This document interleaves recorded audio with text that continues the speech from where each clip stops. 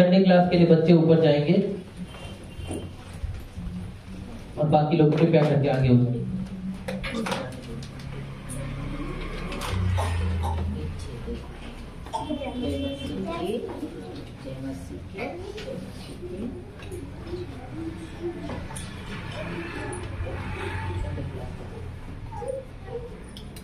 परमेश्वर को धन्यवाद आज के दिन के लिए। हालेलुया हालेलुया, प्रभु को धन्यवाद। बहुत सारी बातें आप लोगों को पिछले दिनों में बताई है। किस किस को याद है कि पिछले संडे यहाँ पे से क्या प्रचार हुआ था? विश्वास। क्या प्रचार सुना था आपने विश्वास के बारे में? कोई एक बात जो बता सकते हैं आप? हमें अपने विश्वास को करना चाहिए, स्ट्रॉन्ग करना चाहिए। हम कौन सा लीड है वो कैसे? मैंने ये बताया था विश्वास को कैसे बढ़ाना चाहिए। मैंने ये नहीं बताया था विश्वास को बढ़ाना चाहिए, कैसे बढ़ाना चाहिए उसके बारे में बताया था ना। विश्वास को हमें वो जैसे हमें भूख लगती है, विश्वास को भी हमें पढ़ के अपने आत्मा को वचन को खिलाने की जरूरत है। हालेलुया। और क्या बस एक ही चीज एक ही व्यक्ति ने सीखा था क्या? विश्वास को काम में लाना। विश्वास को काम में लाना है। विश्वास को काम में लाने का मतलब, उसका क्या मतलब है? विश्वास को दर्शाना है, दिखाना है। विश्वास, जो आप विश्वास करते हैं उसको जीना है ना। और क्या दिखाना? विश्वास हमारे कामों से। हाँ जी, विश्वास हमारे कामों से। विश्वास हमारे कामों से, वही विश्वास दिखाना है। और प्रार्थना, विश्वास के लिए प्रार्थना करना। अपने प्रार्थना का समय बिताएंगे तो विश्वास हमारा बढ़ता जाएगा। और विश्वास करना। हाँ, हो गया वो वाला। उसके अलावा मैंने शायद 7 बातें बताई थी।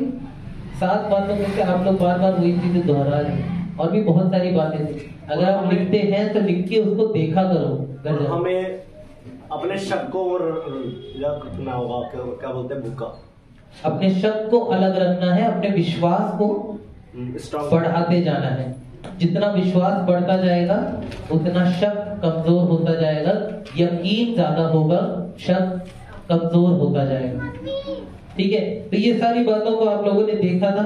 आज हम उसी के साथ जुड़ी हुई बातों को देख रहे हैं। जब आपने देखा होगा कि आज का जो विषय मैंने लिया है वो भी विश्वास के बारे में ही है। जब हम देखते हैं अपने विश्वास को, आप सोचते होंगे कि ये बोलना बहुत आसान है। विश्वास के बारे में बोलते हैं कि विश्वास ऐसे होना चाहिए या वैसे होना चाहिए, या विश्वास के लिए आपको कर्म करना चाहिए, या विश्वास को कर्म से दिखाना चाहिए, अपने कामों से प्रदर्शित करना जरूरी है, या विश्वास को बढ़ाना है तो शक को कम रखना है, प्रार्थना में बैठना है। ऐसी सारी बातें बताएं। लेकिन इसको कैसे दूसरों के जीवन में कैसे देख सकते हैं?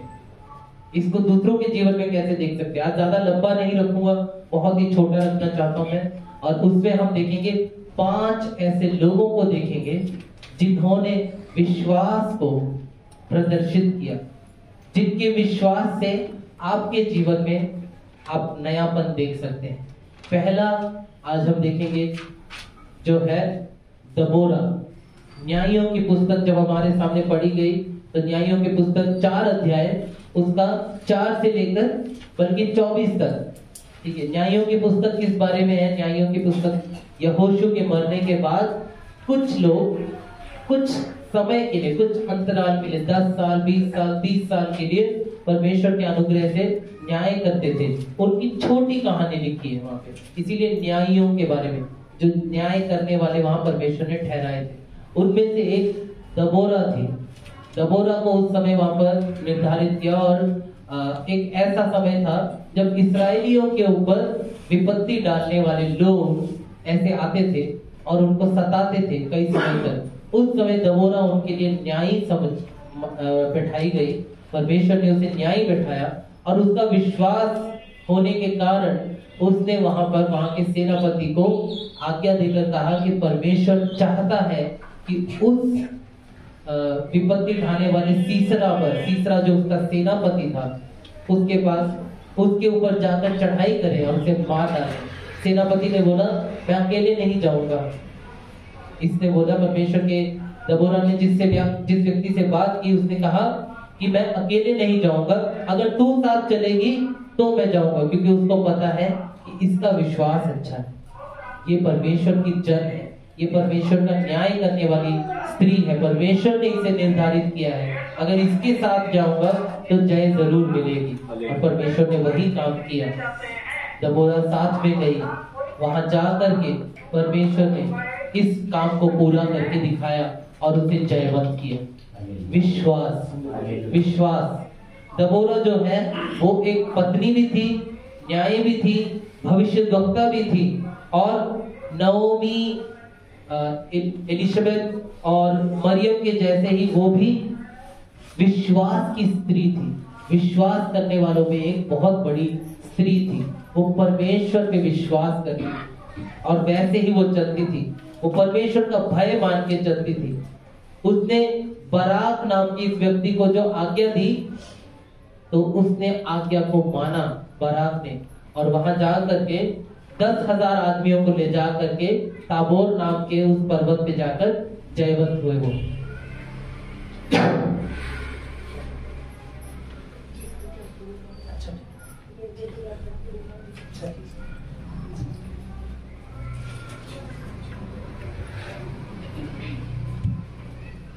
तो परमेश्वर ने वहां पर उसे जयवंत किया। न्यायियों की पुस्तक 4 अध्याय उसका 14 वचन एक बार देखेंगे। न्यायियों की पुस्तक 4 उसका 14।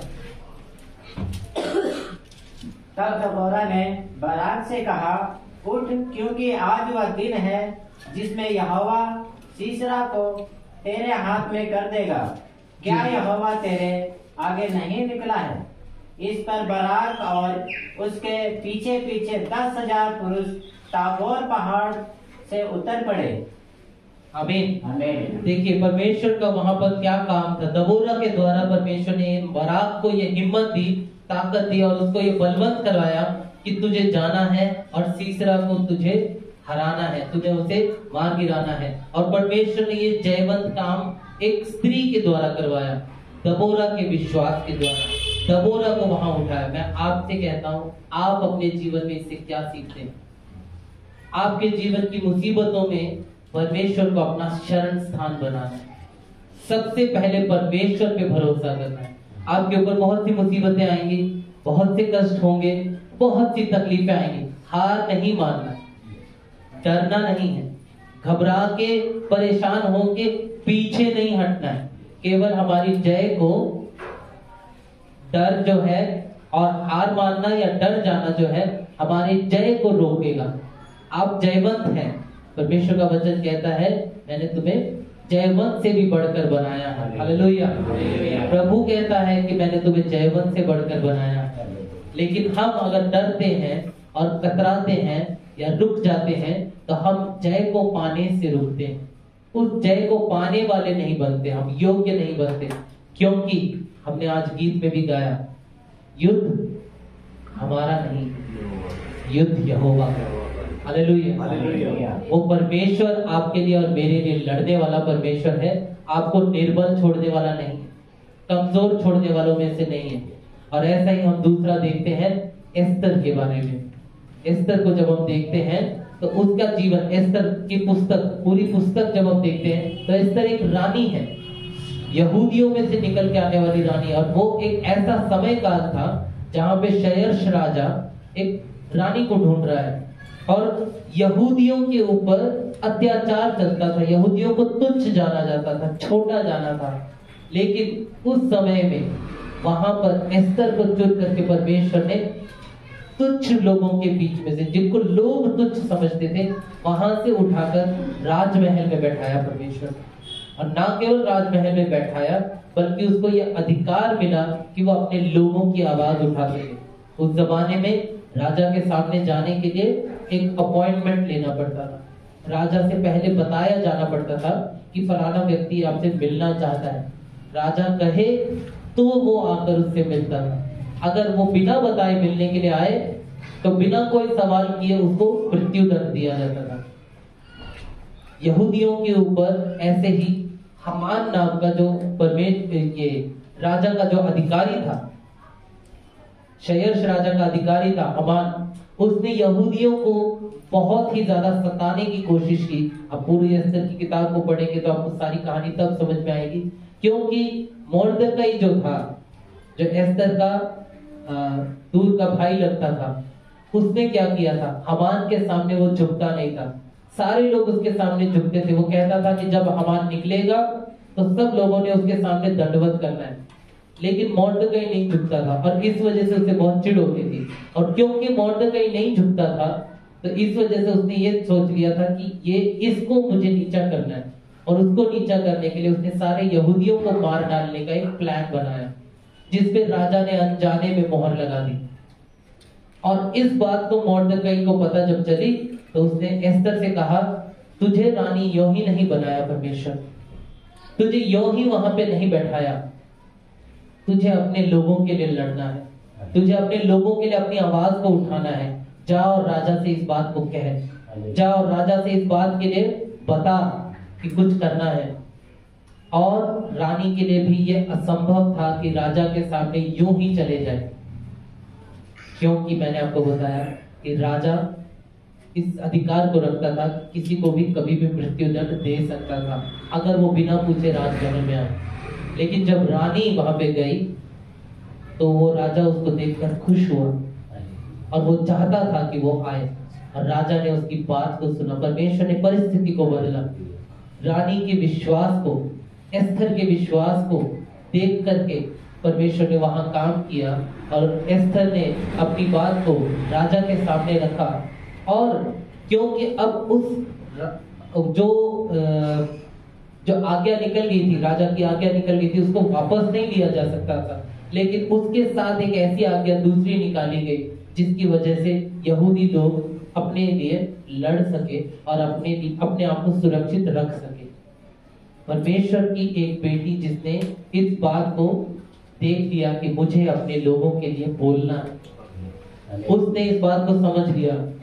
और मैं आज आपसे कहता हूं, उसने वहां कहा था, इस बात को कह करके वो गई थी राजा के पास, यदि मैं आज मर भी जाऊं तो सही, परंतु आज मुझे राजा से मिलना ही है।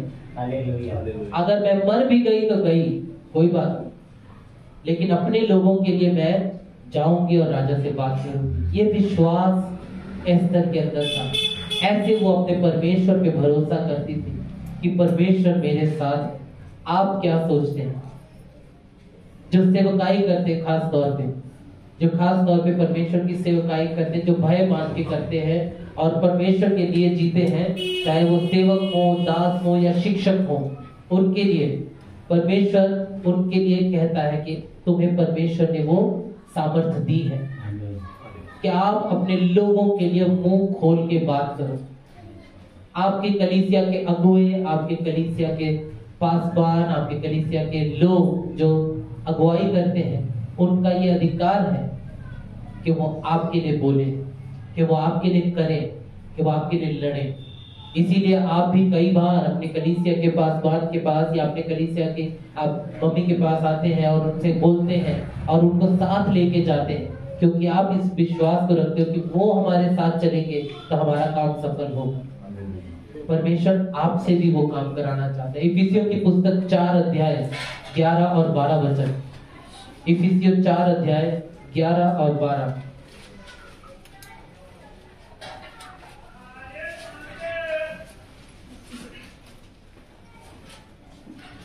कोई जल्दी से इसे पढ़ दे। उसने कुछ को प्रेत नियुक्त करके और कुछ को भविष्यद्वक्ता नियुक्त करके और कुछ को सुसमाचार सुनाने वाले नियुक्त करके और कुछ को रखवाले और उपदेश नियुक्त करके दे दिया। 11-12 दोनों पढ़ दिया, जिससे पवित्र लोग सिद्ध हो जाए और सेवा का काम किया जाए और मसीह की देह उन्नति पाए। जी, परमेश्वर का वचन यहाँ पे यही कहता है। कई लोगों को परमेश्वर पे भरोसा इस बात पे नहीं हो पाता है कि क्या परमेश्वर ने मुझे सेवकाई दी है, और कौन सी सेवकाई दी है। कुछ को प्रेरित कहा है, कुछ को परमेश्वर के दास कहा है, सेवक कहा है, कुछ को शिक्षक बोला है, कुछ को उपदेशक बोला है, और ऐसे ऐसे अलग अलग रीति से परमेश्वर सेवकाई के लिए आगे बढ़ाना चाहता है। लेकिन हम विश्वास नहीं रखते। लेकिन परमेश्वर में जब हम विश्वास रखते हैं तो प्रभु उन सेवकाइयों को भी पूरा करने में मदद करता है, आपको उपयोग करता है। परमेश्वर आपको सेवकाई में लेकर जाना चाहता है। हो सकता है कि हम अपने रिश्तेदारों को खो दें, इस काम में हम अपने पड़ोसियों को खो दें, अपने दोस्त खो देंगे, लेकिन डरना नहीं, विश्वास करना है, विश्वास के अनुसार चलना है, विश्वास के अनुसार आगे बढ़ना है। इब्रानियों 11 अध्याय उसका 8 वचन, यहाँ पर एक वचन को देखना चाहेंगे। इब्रानियों 11 अध्याय उसका 8 वचन। विश्वासी से अब्राहम जब बुलाया गया तो आज्ञा मानकर ऐसी जगह निकल गया जिसे मिरास में लेने वाला था, और ये जानता था कि मैं किधर जाता हूँ तो भी निकल गया। और ये जानता था या नहीं जानता था? और ये ना जानता था कि मैं किधर जाता हूँ तो भी निकल गया। आंखें खोल के पढ़ा करो, बाइबल पढ़ना बहुत जरूरी है, ध्यान से पढ़ें। अब्राहम के बारे में क्या लिखा है? अब्राहम को जब परमेश्वर ने पुकारा, अगर आपने पहले कभी ध्यान से पढ़ा नहीं तो आप ध्यान से पढ़ना। जब अब्राहम को परमेश्वर ने एक बार पुकारा, उसने एक बार सुना, और मेरी बात सुन लीजिए ध्यान, वो परमेश्वर को नहीं जानता था, वो परमेश्वर को नहीं जानता था, लेकिन परमेश्वर ने कहा अब्राहम उठ और फलाने देश को चल।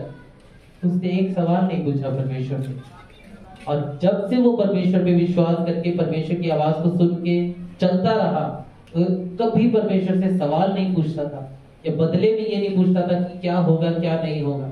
अगर परमेश्वर ने आवाज दी है और परमेश्वर ने कहा है तो वो भरोसा करता था और उसी के अनुसार चलता था।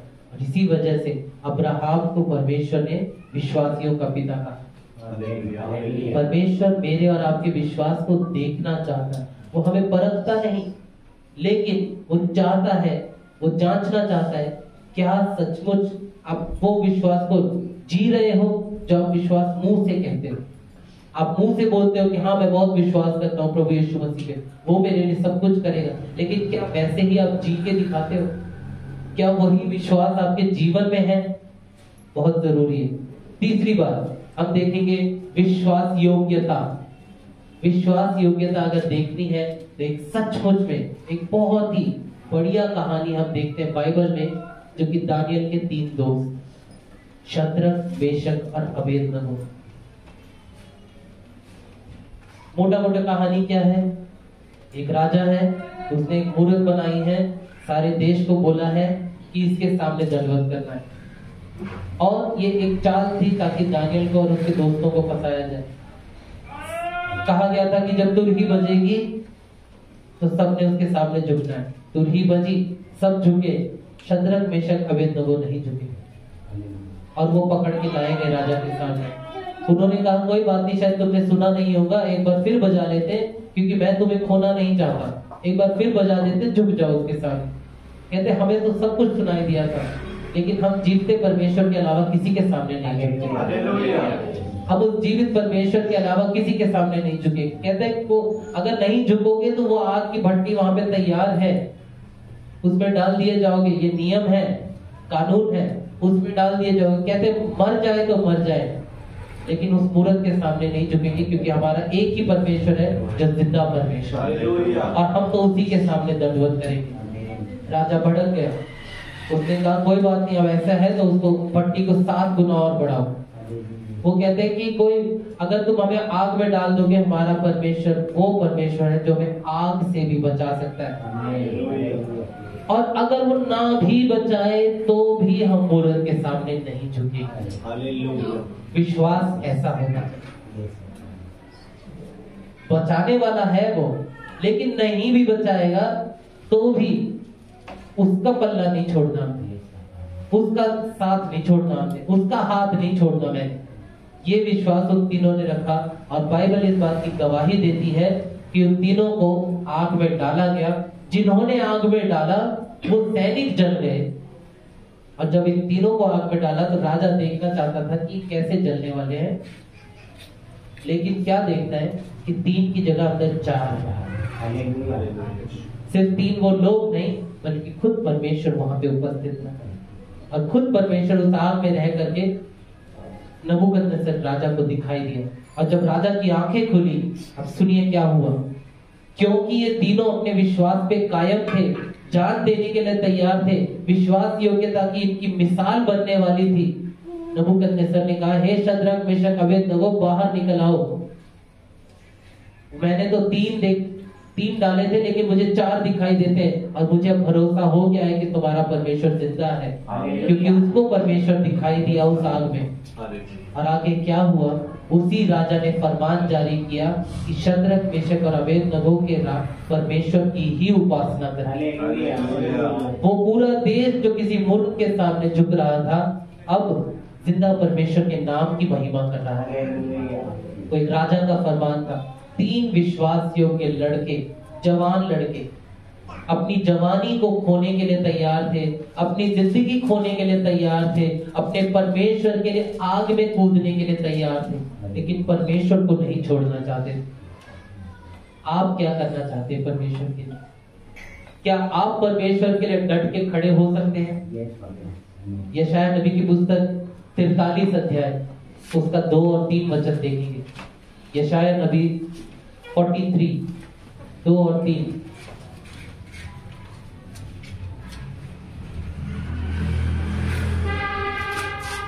वह उसके सामने अंकुर के समान और ऐसी जड़ के समान उगा जो निर्जल भूमि में फूल निकले। उसकी न तो कुछ सुंदरता थी कि हम उसको देखते, और न उसका रूप ही हमें ऐसा दिखाई पड़ा कि हम उसको जानते। वह तुच्छ जाना जाता। यशायाह नबी 43 का 2 और 3 43। जब तू जल में होकर जाए। जी ध्यान से सुनिएगा, ये परमेश्वर कहता है आपके लिए, ध्यान से सुनना। जब तू जल में होकर जाए, हाँ जी, मैं तेरे संग संग रहूंगा जी। और जब तू नदियों में होकर चले, तब वह तुझे ना डुबा सकेगी।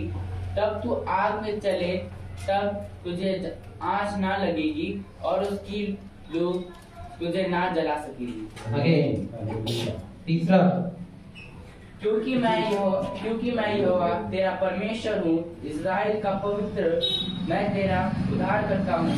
तेरी छुड़ौती में मैं मिस्र को और तेरे बदले कूश और सबा को देता हूँ। आमीन, हालेलुया। जोर से बोलेंगे हाँ। ये वो बातें हैं जो यहोवा परमेश्वर मुझसे और आपसे कहता है कि पानी में से निकल कर जाएंगे तो भी नाश नहीं होंगे, आग में से होकर जाओगे तो भी तुम्हें कुछ नहीं होगा। परमेश्वर कहता है मुझसे और आपसे। थोड़ी देर पहले हमने मरकुस के सुसमाचार में से पढ़ा और वहां पे प्रभु यीशु मसीह का हम जब शुरुआत वो पढ़ते हैं तो शुरुआत में कहा, प्रभु यीशु मसीह ने कहा मुझ पर विश्वास करो। संसार में कोई ऐसा व्यक्ति नहीं आया जो कहता है कि मुझ पे भरोसा करो कि मैं तुम्हारे लिए करूंगा। आप किसी को पैसा भी देते हैं तो डर के देते हैं, पता नहीं बदले में वापस आएंगे भी या नहीं आएंगे, ये डूब गए। प्रभु ने तो जरूर बोला है कि मदद करना है, लेकिन पैसा देते वक्त भी हम घबराते हैं। लेकिन एक यीशु मसीह कहता है मुझ पे विश्वास करो। वो प्रभु यीशु मसीह जो क्रूस पर चढ़ाया गया, मारा गया, मुर्दों में गाड़ा गया, तीसरे दिन मुर्दों में से जी उठा, और इसी की गवाही हम विश्वासी मसीही लोग हर इतवार को, हर दिन अपने जीवन से देते हैं। इस बात को हम विश्वास के द्वारा दर्शाते हैं। वो परमेश्वर कहता है तो जल में से जाए तो वो तुझे नाश नहीं करेगी, तू डूब नहीं जाएगा। तू आग में से जाए तो उसकी आंच भी तुझे ना लगेगी। परमेश्वर मेरे और आपके साथ रहता है। आप उसके लिए कैसे खड़े हो सकते हैं, कैसे डर सकते हैं?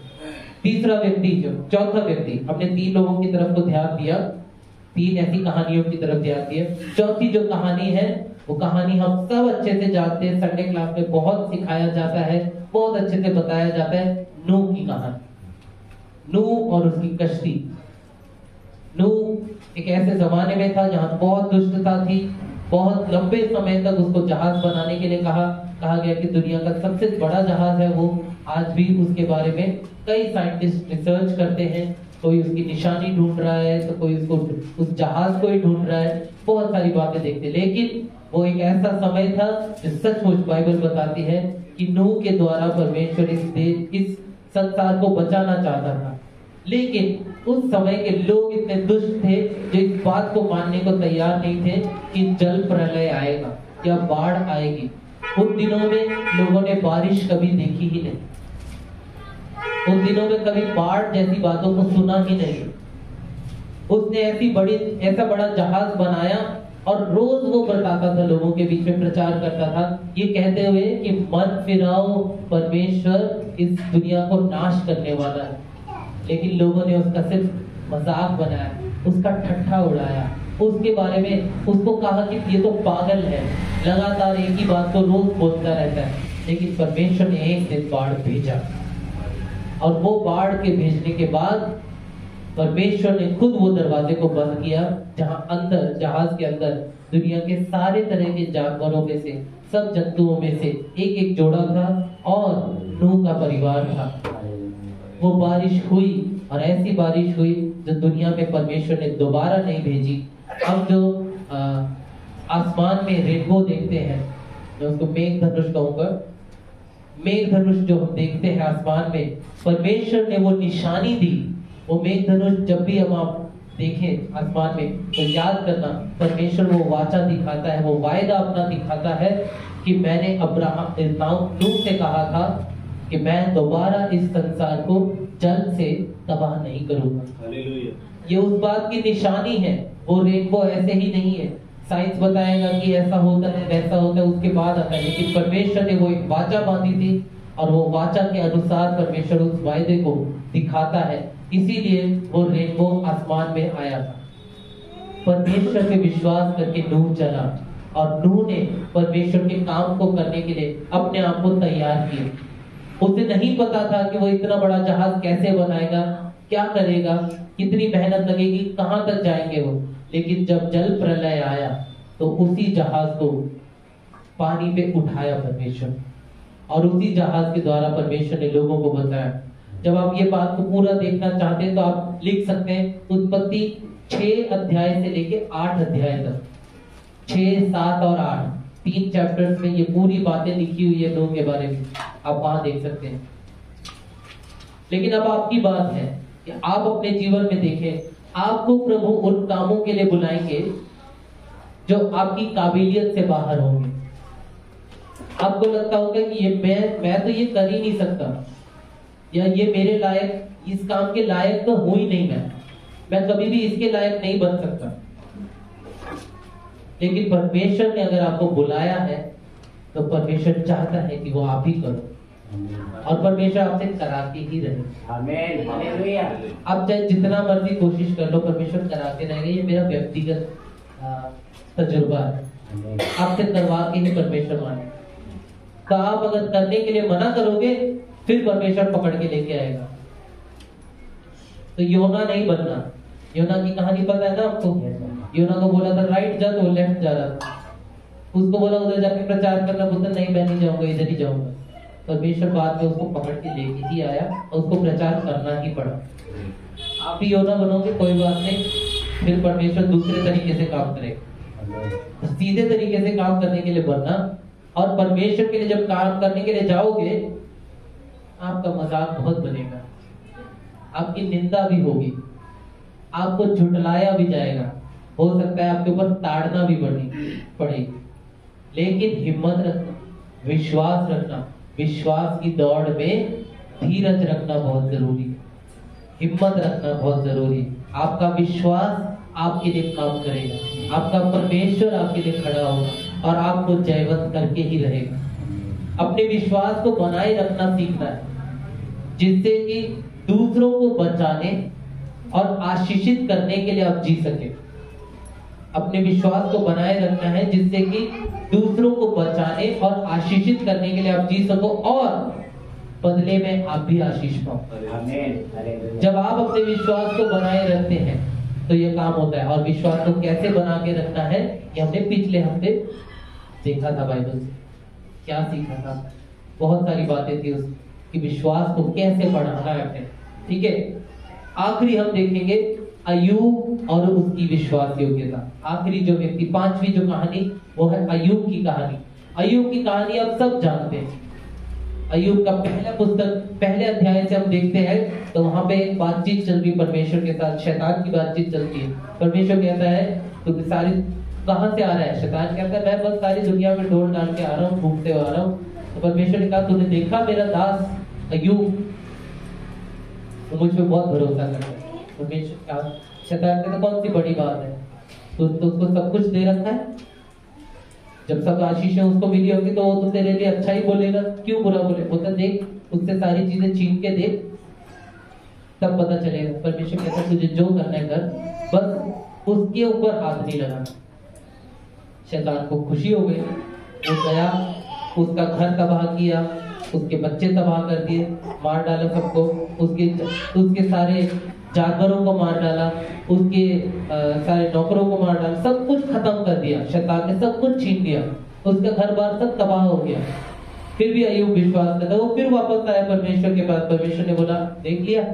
परमेश्वर ने कहा कौन सी बड़ी बात है, जब तक तू उसको अच्छा रखेगा तब तक वो तेरे नाम को महिमा देगा, उसके ऊपर विपत्ति डाल के दे। परमेश्वर कहता है ठीक है, तू उसके साथ जो करना कर, बस उसका जान नहीं ले, उसकी जान नहीं लेती।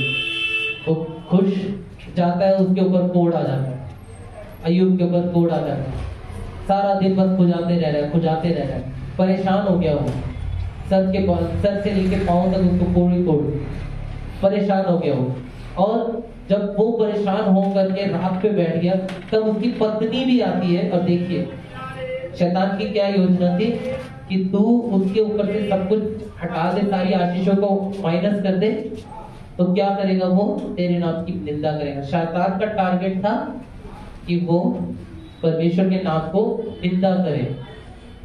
उसने उसकी पत्नी को इस्तेमाल किया। उसकी पत्नी के मुंह से शब्द क्या निकले? परमेश्वर ने तो तुझसे सब कुछ छीन लिया, अब तो तू उसके नाम की निंदा कर और मर जा। उसकी पत्नी ने ये बोला। शैतान ने उसकी पत्नी को भी इस्तेमाल किया उसके विरोध में। और अय्यूब ने क्या किया? अय्यूब ने कहा हे मूर्ख स्त्री, परमेश्वर ने दिया, परमेश्वर ने लिया, उसका नाम मुबारक हो। उसकी विश्वास योग्यता देखिए, परमेश्वर भी विश्वास तो करता है लेकिन वो अपना चाल बदल नहीं रहा। सब कुछ खो दिया, सब कुछ चला गया, फिर भी परमेश्वर पे रख रहा है। थोड़े समय के बाद उसके दोस्त आते हैं और बहुत सारी बातें उसके साथ करते हैं और उसके मन को परेशान करने लगते हैं। कुछ पल तक वो अपने विश्वास को बना के रखता है, लेकिन बीच में आकर परमेश्वर से सवाल पूछने लगा। फिर परमेश्वर ने उसको सवाल का उत्तर देकर उसको समझाया कि जो मैं नहीं करता और जो मैं करता हूँ उसको तो समझ नहीं पाएगा। और जब ये बात का उसको एहसास हुआ तो उसने परमेश्वर के सामने अपने लिए और अपने दोस्तों के लिए प्रार्थना की। अपने दोस्तों के कहे हुए शब्दों के लिए उसने प्रार्थना की। और बाइबल इस बात की गवाही देती है, जो उसने पहले अध्याय में खोया था, 42 अध्याय के आखिरी में आप पढ़ोगे, परमेश्वर ने दुगनी आशीष दी उसको। सारी चीजें उसको दुगनी मिली, एक एक फसल उसको दुगनी मिली, एक एक उसकी जो उसके जानवर थे उसको वापस मिले, उसके बच्चे जितने उसके मर गए थे वो बच्चे उसको दुगने मिले। और बाइबल इस बात की गवाही देती है कि वो सारी लड़कियां सारे संसार में सबसे सुंदर थी। परमेश्वर आपकी विश्वास योग्यता का प्रतिफल देता है। थामे रहो अपना विश्वास, परमेश्वर पे अभी डटे रहो। अभी बहुत कुछ करना है आपने, अभी बहुत बाकी है। अगर आप मुसीबतें देख रहे हो, तकलीफें देख रहे हो, बोलते एक के बाद एक मुसीबतें आती है, तकलीफें आती हैं, मेरे ऊपर ही परेशानियां क्यों गिरती है, मैं ही क्यों, बार बार मैं ही क्यों। परमेश्वर की नजर आप पे है, परमेश्वर ने अपनी आंखें आपके ऊपर लगाई हुई है। इसीलिए परमेश्वर चाहता है कि अपनी हिम्मत बनाए रखो, ढाढ़स बांध के रखो। परमेश्वर चाहता है कि आप तैयार हो जाओ उसकी गवाही देने के लिए। एक वो दिन आएगा जब आप अपनी जगह छोड़ोगे और आगे आकर खड़े होकर आप बोलोगे, मैंने परमेश्वर के पास ये बातों को रखा, मैंने ये चीजों को खोया था, लेकिन परमेश्वर ने मुझे ये सब दे दिया। मैंने ये सब चीजों को चाहा था कि मुझे ये सब मिलनी चाहिए, और बहुत समय तक प्रार्थना की, परमेश्वर ने प्रार्थना को सुनकर उत्तर दी, और मेरे लिए मेरे परमेश्वर ने करके दिया। मैं फिर कहता हूँ, बाइबल इस बात को बोलती है, युद्ध हमारा नहीं, युद्ध यहोवा का। और वो आपको जीत के ही देगा। वो आपके लिए लड़ेगा और आपको जयवंत करेगा। आइए अपने स्थानों पर खड़े हो जाएं। हमने देखा आज बहुत सारी बातों को, विश्वास की बहुत सारी बातों को आपने देखा कि किस प्रकार से हम अपने विश्वास को बना के रख सकते हैं और किस प्रकार से परमेश्वर के लोगों ने अपने विश्वास को बना के रखा, किस प्रकार से उन्होंने परमेश्वर के सामने अपने मनों को विश्वास योग्यता में बदल के रखा। हमने अय्यूब की कहानी को देखा, नूह की कहानी देखी, शद्रक मेशक अबेदनगो को देखा, हमने एस्थर को देखा, हमने दबोरा को देखा। बाइबल में सिर्फ और सिर्फ आदमियों के विश्वास की नहीं, औरतों के विश्वास की भी बातें, और हम उनको जब देखते हैं तो हम अपने जीवन में कह सकते हैं अगर वो कर सकते हैं तो मैं भी कर सकता हूँ। आप ये कह सकते हैं कि अगर वो हो सकते हैं, इसमें जयवंत हो सकते हैं, तो मैं भी जयवंत होऊंगी, मैं भी जयवंत होऊंगा। अब अपनी आंखों को बंद करेंगे, प्रार्थना करेंगे। अनुग्रहकारी परमेश्वर पिता, हम आपको धन्यवाद देते हैं विश्वास के इन प्रभु हीरोज के लिए, इन सारे लोगों के लिए जिन्होंने प्रभु यीशु मसीह विश्वास की अच्छी और लंबी दौड़ दौड़ी प्रभु जी, जो प्रभु यीशु मसीह आप पे भरोसा करके चलते आए। प्रभु ये तो कुछ लोगों के नाम लिए प्रभु यहाँ पर, लेकिन ऐसे बहुत से और विश्वासी आपके ऊपर अनदेखा विश्वास करते थे और लगातार आपके वचनों के भय में होकर चलते थे, आपकी शिक्षा में जीना पसंद करते थे और इसी के कारण आपने उन्हें आशीषित किया, उन पर अपना अनुग्रह बनाए रखा। हम धन्यवाद देते, प्रार्थना करते हैं प्रभु यीशु मसीह आज की ये वचन की बातें यहाँ के लोगों को आशीषित करें प्रभु जी। लोगों के कान जो आज खुले हैं, इनके हृदयों में ये वचन बात करे प्रभु परमेश्वर। और प्रभु यीशु मसीह अपने घर में जाकर अपने परिवार के बीच में पूरा हफ्ता इन बातों में अपना दिल लगाए प्रभु जी, अपना मन लगाए, दिन रात प्रभु यीशु इन वचनों को ध्यान देने वाले बने और आपके लिए प्रभु परमेश्वर सचमुच का जीवन जिए प्रभु, वो विश्वासी जीवन जिए जिसका प्रतिफल पाए प्रभु। प्रकाशित वाक्य में आपने बहुत सारी आशीषें लिखी है उनके लिए जो आपके विश्वास की दौड़ में सफल रहते हैं, उनके लिए जो सच में आप पे विश्वास करके जीते हैं। और आपने कहा जो जय पाए तो उसे मैं जीवन का मुकुट दूंगा। प्रभु सचमुच में हम वो प्रतिफल को पाएंगे यदि हम अपने विश्वास को कायम रखते हैं, हर दिन अपने विश्वास की दौड़ को और मजबूत करते चले जाए और नया बनाते चले जाए। धन्यवाद देते, सारी आदर महिमा आपको देते हैं। प्रार्थना प्रभु यीशु मसीह के पवित्र नाम से मांगते हैं, आमीन।